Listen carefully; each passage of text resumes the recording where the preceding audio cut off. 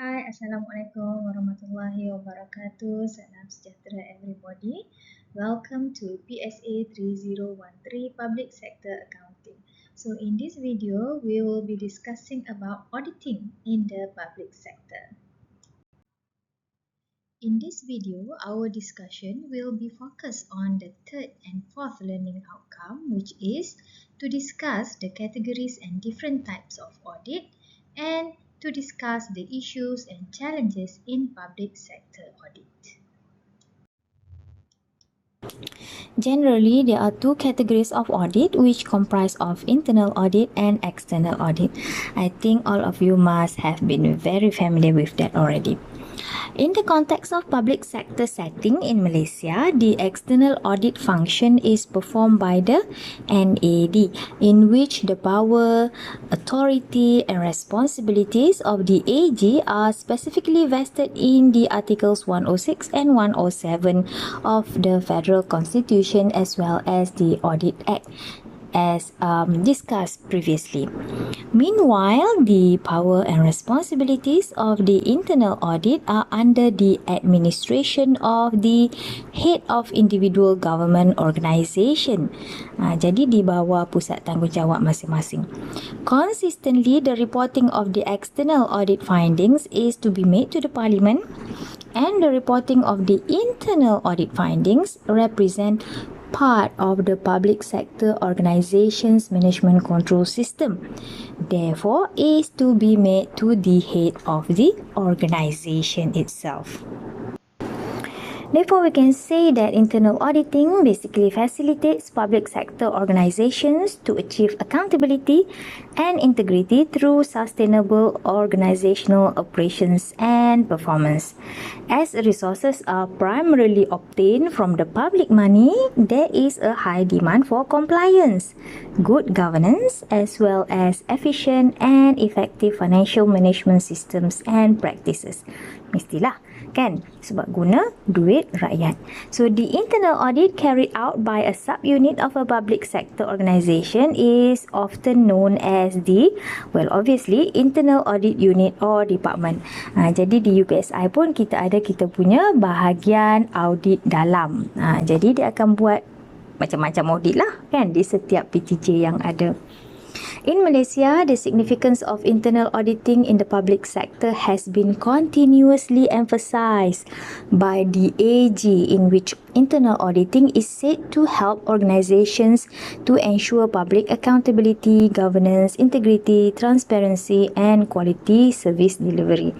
The requirement to establish internal audit unit at the federal ministries, departments and state government has been made through the issuance of Treasury Circular number 2 year 1979, and then in 2004 Treasury Circular number 9 year 2004 was later issued with the objective of strengthening the implementation of internal audit function.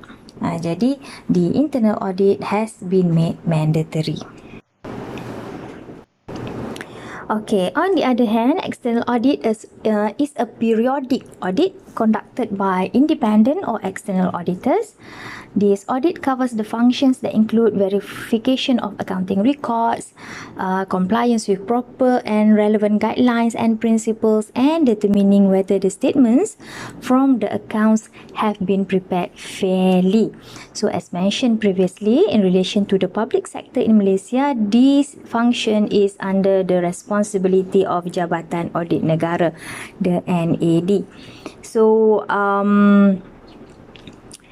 what happened is that the accounts of the government is examined by the NAD, and these include the ministries or departments and others, statutory bodies, miscellaneous fund, local authorities, Islamic Religious Council, at both the federal and state levels.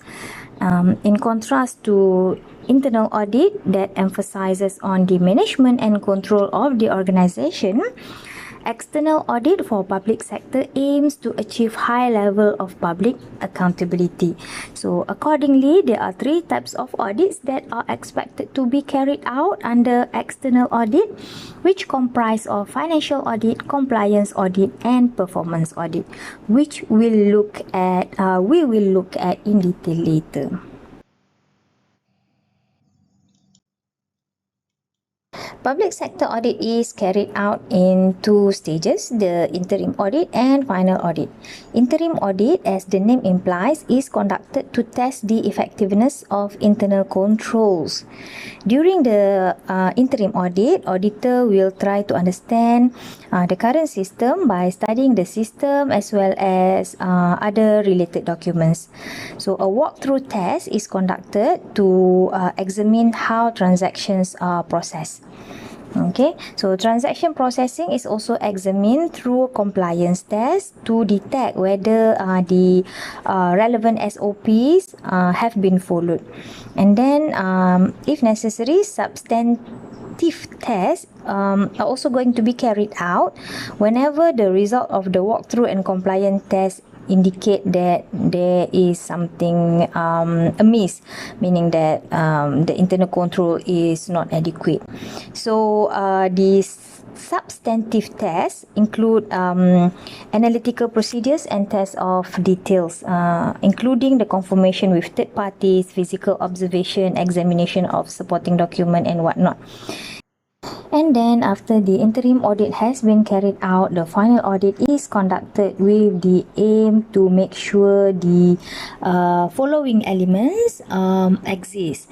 So macam existence, completeness, ownership, apa semua tu lah. So as mentioned before, the final audit can be categorized into three main types, which are the financial audit, compliance audit, and performance audit. After the interim audit has been conducted, then the final audit is conducted with the objective to ensure the presence of several elements such as existence, completeness, ownership, obligation, and many more as illustrated in the previous page. So, as we know, the external audit or the final audit can be categorized into three, which are the financial audit, compliance audit, and performance audit. The financial audit, also known as attestation audit, aims to determine the true and fair view of the annual financial statement. In addition, to ensure the extent of compliance with all relevant accounting and auditing standards, as well as other related rules and regulations. So these are the two main objectives of the financial audit. This type of audit in particular involves obtaining and evaluating the evidence of an organization's financial reports, therefore examining the reliability and integrity of the financial and sometimes operating information. So this audit also includes determining whether accounting records have been maintained properly according to the rules and regulation and is up to date. Meanwhile, compliance audit represents the audit examination pertaining to the inspection and evaluation of the activities of ministries, departments, or other public sector organization. Specifically, this audit involves the function of determining and examining evidence whether a financial or operating activity conforms to the specified conditions, rules, or regulation. This type of audit is to be performed on cyclical basis, meaning to say that only selective activities of the organizations will be audited. The report of this audit will include either a summary of the findings or the expression of assurance as to the degree of compliance with specified criteria.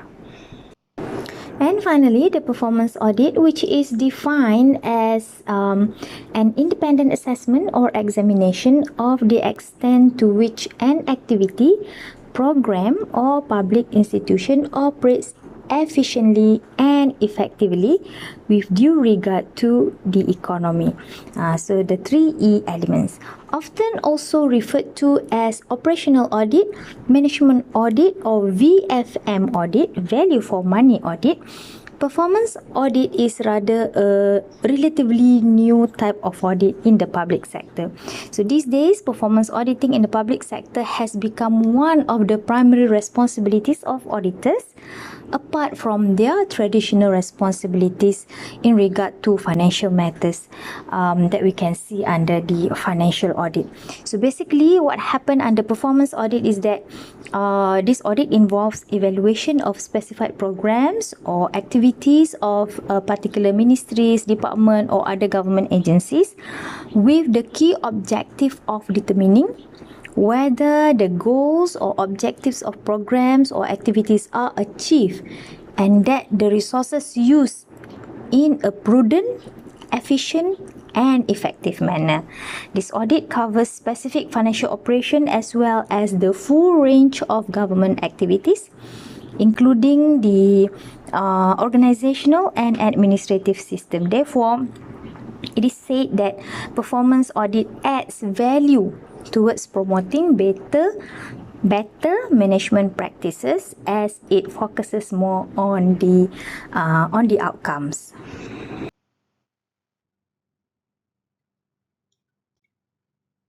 This page presents a comparative summary of the different types of audit, the financial audit, the compliance audit, and the performance audit according to their nature of assertions, the established criteria, and the nature of auditor's report.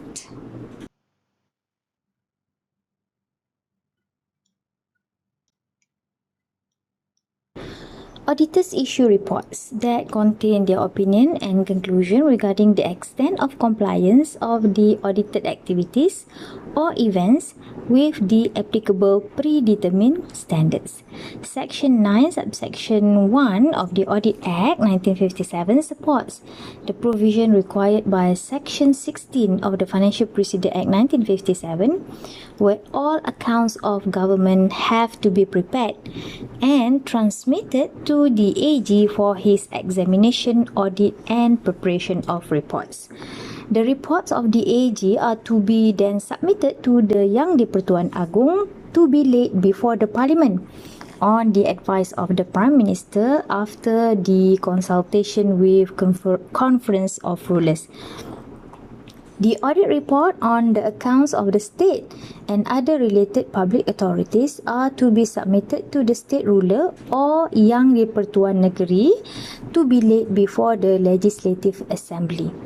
Apart from the annual reporting of audit opinion, the AG may also at any time submit a report to the Yang di-Pertuan Agong or the ruler of a state upon urgent matters arising in the course of discharging his duties.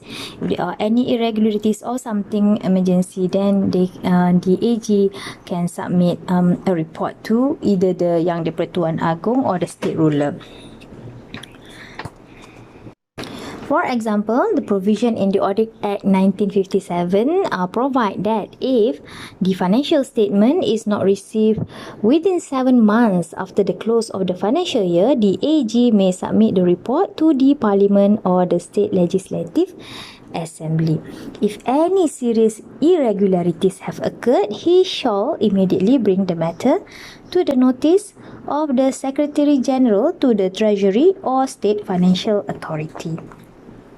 The AG may also make recommendations and comments upon all matters relating to public accounts, public monies, and public stores. Section 9, subsection 6 of the Audit Act also specifies that the AG may submit a certificate and observation on special funds such as zakat, fitrah, and baitul mal.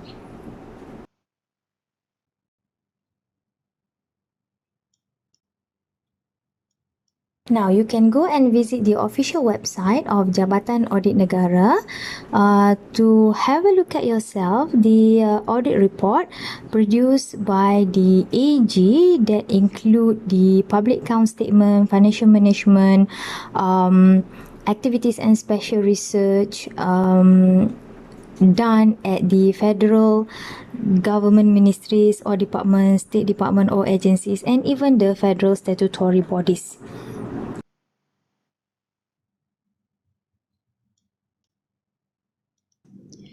Upon the completion of his examination and audit, Article 107 of the Federal Constitution and Section 9 of the Audit Act 1957 require the Auditor General to prepare a report and submit the report to the Yang di-Pertuan Agong.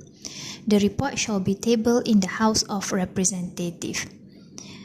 There are various types of audit like we have seen before, and the objective of the audit report of the financial statement, for example, is to express an opinion as to whether the federal government financial statements reflect the true and fair view of the financial position.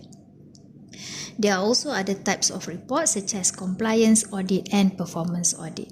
So if you click on the link given in this particular slide here, this will direct you to the page where you can access the various types of audit reports that has been produced by the Auditor General for your reference. Some of the key challenges in the Malaysian public sector auditing include, for example, the transitional period, that is the moving of the public sector towards OBB and accrual accounting. So the Malaysian government, as we know, and its accounting system and practice are currently in the transitional period pertaining to the implementation of the and the adoption of accrual accounting, that is from cash and cash modified basis to accrual basis accounting, which is expected to be fully implemented in 2021 maybe. Okay, so accordingly, public sector auditors must enhance their level of knowledge and expertise on the new budgeting and accounting system, the OBB and accrual accounting, to be introduced in order for them to be at par with the national development. So this is very, very important, and it acts as part of their preparation and training for the future audit. So proper and adequate training and development scheme need to be established in every public sector organization. In this era of globalization and advancement of technology, information technology, IT and information system (IS) have had some positive impacts on the administration of public sector, especially in terms of accountability. Nonetheless, there are also some negative impacts of IT and IS on the delivery of public services and accountability, especially if they are used inappropriately. As we know, the Malaysian government has introduced various computerized systems such as e-procurement, IGFMS, iSpecs and whatnot. So these computerized systems are introduced to achieve the benefits such as increased efficiency, cost saving, more integrated system, so on and so forth. This is actually in line with the move towards e-government, because we know that as the private sector has taken the lead in IT adoption and delivery of services electronically, public sector also is under a lot of pressure to adopt these new technologies in order to help them to deliver better services and to improve their accountability. However, this does not come without any problems or limitation. For example, it is argued that the delivery of information through IT and IS have been uneven and inconclusive. For example, a lot of information has been supplied by those with the financial influence or political power. For example, the ministries and central agencies. So this leave basically the public sector accountability as an exclusive focus on certain groups of people or institution, and the customer or the citizen are actually regarded as the accountability users, because we have these barriers to access of information, and we also cannot say whether accountability has been achieved or not. Human input in the decision-making process is reduced with the use of IT and IS, and this makes it more difficult for us to trace, especially the auditors, to trace who is responsible and accountable for the decision. So, in addition to that, if there is any problem, for example, failure in the computer system, it is going to be very hard for the auditor to actually find who is going to be held responsible for such event. And in addition to that, the use of IT and IS also opens some room for data falsification, and it is going to be difficult to identify the source of the problem and the culprit when something goes wrong. Another key challenge for public sector auditing, and this issue has been ongoing forever and ever, is definitely the rise of the scandals in the public sector. Okay, we know that fraud is one of the world's most challenging issues and has become a great pressure in the world economy. So, fraud such as asset misappropriation has become a major concern in Malaysia. We can say that over the years, the Malaysian Auditor General has reported high occurrences of asset misappropriation either at the federal, state, or even the local government.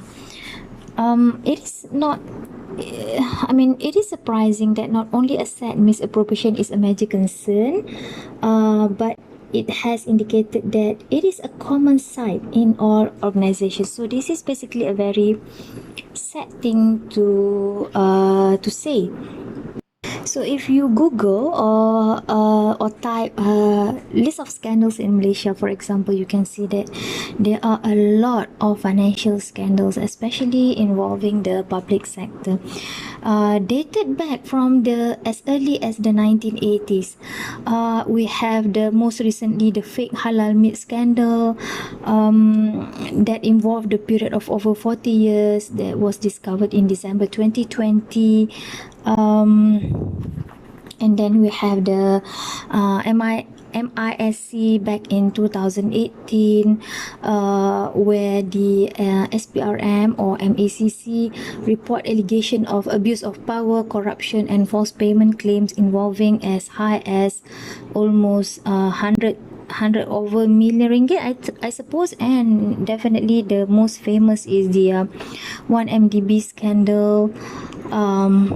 So there are actually a long list of scandals that need to be taken care of by these auditors. So this basically poses a lot of challenge to them, especially in uncovering and uncovering the scandal, looking at the situation, and coming up with